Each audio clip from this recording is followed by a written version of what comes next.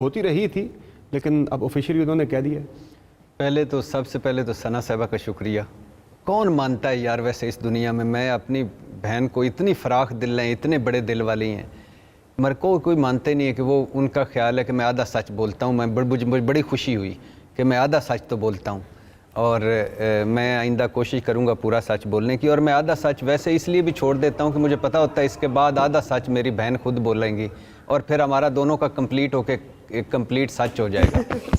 तो दूसरी बात यह है कि भाईजान, ये दो जो आपने सियासतदानों के, मुस्लिम लीग नून के दो सियासतदानों के जो आपने बयान सुनाए हैं, अब मुझे बताइए इसमें कोई महंगाई है, बेरोजगारी है? हालांकि मार्च जो थे महंगाई के हवाले से किए थे, लॉन्ग मार्चेस जो किए थे, नहीं मुझे सिर्फ ऑन फेस ऑफ इट महंगाई थी, मैं कह वो छोड़ दे। महंगाई है, बेरोजगारी है, गुर्बत है, अवाम है, वोट को इज्जत दो है, सिविलियन सुप्रीमेसी है, हर वज़ीर आज़म को मुद्दत पूरी करनी चाहिए है, कोई है, ये सिंपल। अभी खुलेंगे और लंदन से लेकर जाती उम्रा तक, जाती उम्रा से लेकर लंदन तक, और नवाज शरीफ साहब से शहबाज शरीफ साहब तक, हमज़ा से मरियम तक, और तमाम जरदारी साहब से मौलाना साहब तक, आल बचाओ माल बचाओ खाल बचाओ। नंबर 2 इस्लाहात नैब की, इलेक्शंस की, और नंबर 3 नवंबर की तकर्री। 3 चीज़ें थीं। इसलिए तो तैयारी कोई नहीं थी, इसलिए तो कुछ भी नहीं था। नवाज शरीफ साहब का मैंने क्लिप सुन रहा था कि जो रात को कीमतें बढ़ाते हैं ना, वो डाका डालते हैं और वो जेब काटते हैं अवाम की। पता नहीं मकाफाते अमल है, हर मरतबा ही रात को इन्होंने बनाई। अच्छा, नवाज शरीफ साहब का ये भी मैंने सुना कि अल्हम्दुलिल्लाह हमारे पास टीम भी है, तजर्बा भी है, इंशाल्लाह महंगाई ख़त्म करेंगे। और शहबाज शरीफ, अल्लाह के फजलो करम से हमारे पास बेहतरीन टीम है, आप देखिएगा महंगाई ख़त्म करते हैं। शहबाज शरीफ का क्लिप मैं आज सुन रहा था, भाई इतवार को निकलिएगा महंगाई के खिलाफ, इस हुकूमत को हटाना है, महंगाई को मुकाना है। अच्छा, मरियम नवाज साहब और हमजा शहबाज साहब जेलम तक पहुंच गए थे महंगाई मकाओ में, 2-3 जुमले महंगाई मकाओ मुहिम तक, और उनका ख्याल था कि जहाद है इस वक्त निकलना। मुझे बताएं, फ़ारूक सलीम साहब मुझसे ज़्यादा मईशत को, हम तो कुछ भी नहीं जानते, वो ज़्यादा जानते हैं। इस 75 साल तारीख की, इमरान के भी 3.5 साल शामिल कर लो, सबसे ज़्यादा महंगाई है इस वक्त, 30% के करीब टच कर रही है एक्चुअल, और डॉलर शर्मनाक हद तक ऊपर चला गया है। बिल्कुल, और जाता ही जा रहा है, और स्टॉक एक्सचेंज शर्मनाक हद तक नीचे जाती जा रही है हुकूमत के इमेज की तरह।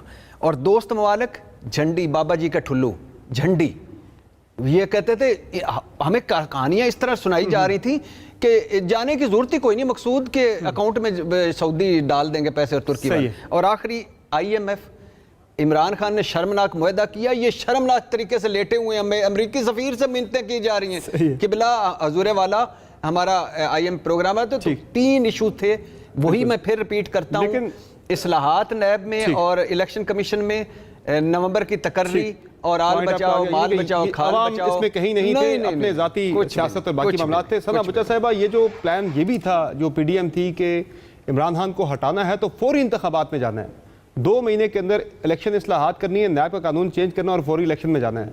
वो सारा प्लान चेंज हो गया। मुझे याद है बिलावल साहब को मैंने इंटरव्यू किया था, वो ये कह रहे थे कि हम शहबाज साहब को सिर्फ इतना मैंडेट देंगे वो इंतखाबी इस्लाहात करें, बाकी हम उन्हें ना मुआशी पॉलिसीज़ बनाने देंगे ना खारजा पॉलिसी बनाने देंगे।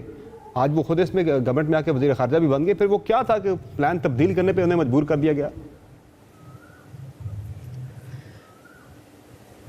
देखिए बिलावल भुट्टो साहब, बहुत ज़ाहिर है जमहूरियत बेहतरीन इंतकाम है, लेकिन अगर इस इंतकाम को आवाम से लेना बंद कर दें तो आई थिंक बहुत मेहरबानी होगी। इस मुल्क में आपने जिनका एक स्टेक हमें बताया ब्रेक पे जाने से पहले, वो आवाम के, जो आप मैंडेट की बात कर रहे थे, आवाम के मफाद की, आवाम की राय की यहाँ पे किसको कदर है या कौन समझता है कि उसको आवाम की फ़िक्र करनी है? आपको लगता है कि ये हुकूमत जो मखलूत हुकूमत है ये सोच रही है?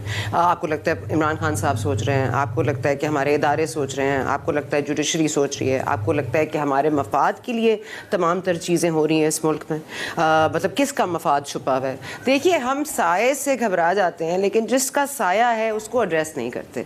मैं अगेन यही बात कर रही हूँ कि बिल्कुल जो भट्टी साहब ने कहा ना, वो एक लफ्ज़ मैं उसको री इन्फोर्स भी करती हूँ और रीइटरेट भी करती हूँ कि बहुत सही, बिल्कुल सही बात की। अब आ जाए दूसरी बात पे, केसेस क्यों बनाए जाते हैं? वो केसेस कौन बनाता है? उसको ख़त्म करने के लिए नवंबर में ऐसा हो सकता है, ये फियर किसकी वजह से है इस मुल्क में? इस मुल्क में ये फेयर क्यों है हुकूमतें घर चली जाएंगी? ये फेयर क्यों है कि एस्टैब्लिशमेंट इंटरफेयर करती है? ये फेयर क्यों है कि अदलिया अदल पे फैसले नहीं करती? ये क्यों है कि मीडिया बायस्ड है? क्योंकि ये सब कुछ है, क्योंकि इस मुल्क में कायदे आज़म ने जब पाकिस्तान बना दिया, एक हमें वो दिन याद है, एक हमें याद है कि कलमे पे बनाया गया, और आज हमें ये याद है कि महंगाई है। बीच का सारा अरसा आलमी मंडियों में कीमतें बढ़ती हैं, मुल्क में दुनिया में क्राइसिस आते हैं, every crisis is an opportunity for you to perform better. पर यहाँ पे टाइम किसके पास है? सोच किसके पास है? फ्रीडम किसके पास है? हम अपने वसाइल खुद क्यों नहीं बना सके? हम अपनी गैस, अपनी बिजली क्यों नहीं बना सके?